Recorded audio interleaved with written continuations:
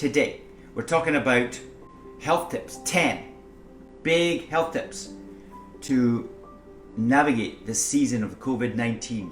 And I received this from a video that I listened to recently, and I just want to share the 10 tips. And the person, it comes from a Dr. Lee Green. And if you Google Lee Green right now, I saw there's a Professor Lee Green. He's based in Alberta. He's a Professor Emeritus of Department of Family Medicine. That was one Lee Green. And there's another Lee Green who died, unfortunately, of this condition in New York.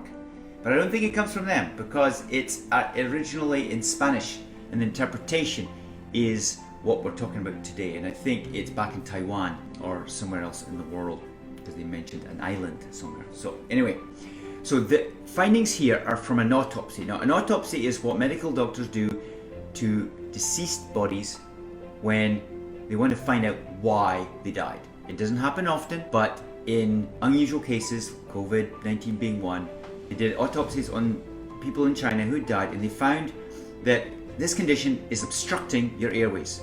That means it's blocking it up, closing it up. Instead of having a nice airway that's open or patent, it's closing up with mucus. And the key is to open up and unblock the airways. And it can take days to do this.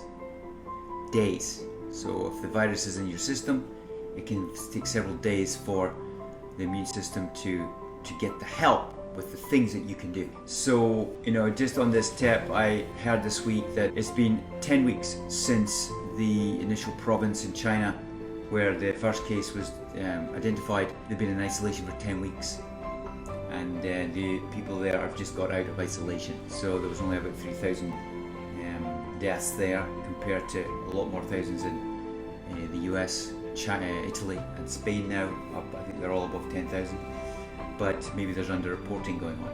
So maybe that's an issue that was overlooked. But anyway, let's talk about recommendations. Number one, lots of hot liquids, because it relaxes the airways, it allows you to breathe, and sipping every 20 minutes keeps your mouth moist and washes the virus into the stomach, where there is hydrochloric acid that kills the virus. So wash your mouth out, sipping every 20 minutes. 2.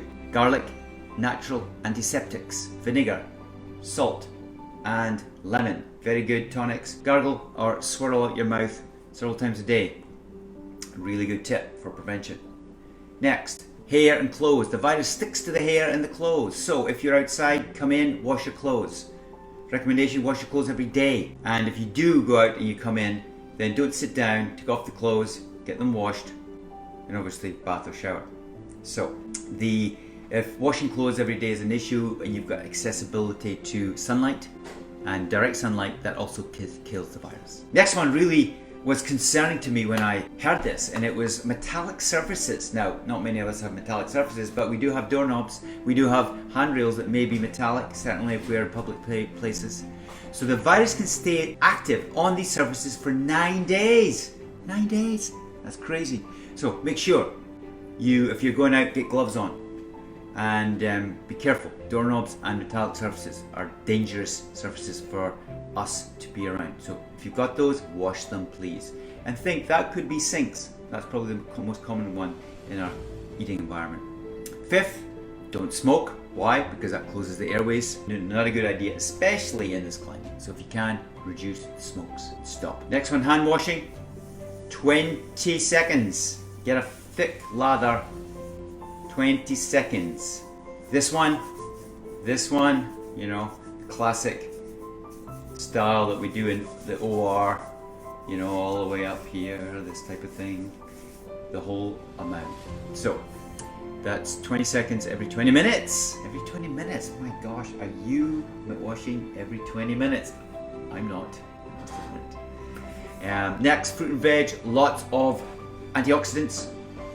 Lots of foods. We've talked a lot on these live stream about healthy foods. So zinc is important. Vitamin C has been important. I talked a few weeks ago about the dose, 5,000 milligrams. Professor George Grant in Ontario was talking about that's the dose we need to use. And vitamin D, which is my own addition, and I've been upping my dose to vitamin D 10,000.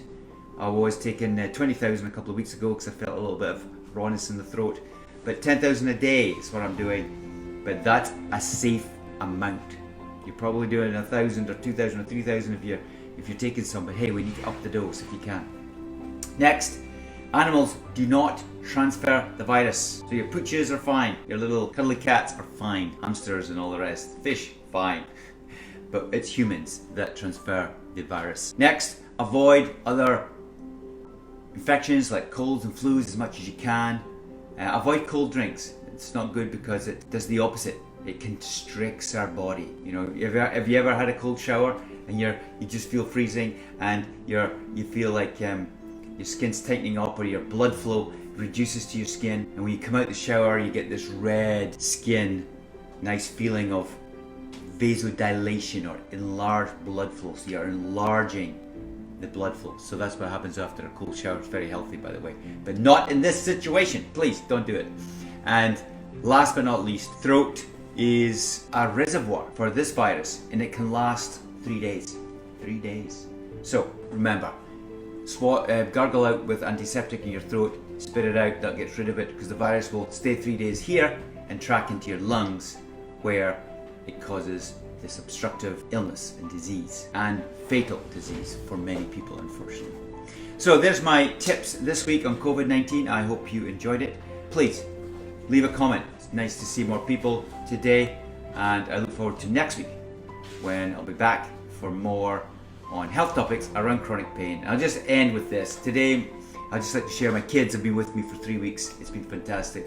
And my son had an exercise from school, and it was we had to do squats for 30 minutes. So here we were doing our squats for 30 minutes. Surprisingly okay, because I tend to exercise a lot. But well done, sons, for helping, for doing that and achieving your goals. So just thought I'd add a little bit of personal information at the end to realize at the end of the day, this COVID-19 is slowing us down. And as I share with my patients every day these days on the phone, because I'm doing home telehealth consultations by phone or by video, and I'm saying, look, slow down and be aware, and use this time to be very mindful of your activities. Because the more we're mindful, we're allowing different aspects of the brain, different parts of the brain to be functional, and therefore train yourself away from pain. This is a very stressful time for a lot of people, but we need to harness it, look at the positive, and I challenge you, what are the positives you're finding yourself in your personal daily life because of the shutdown, the isolation that all of us, or most of us, are participating in?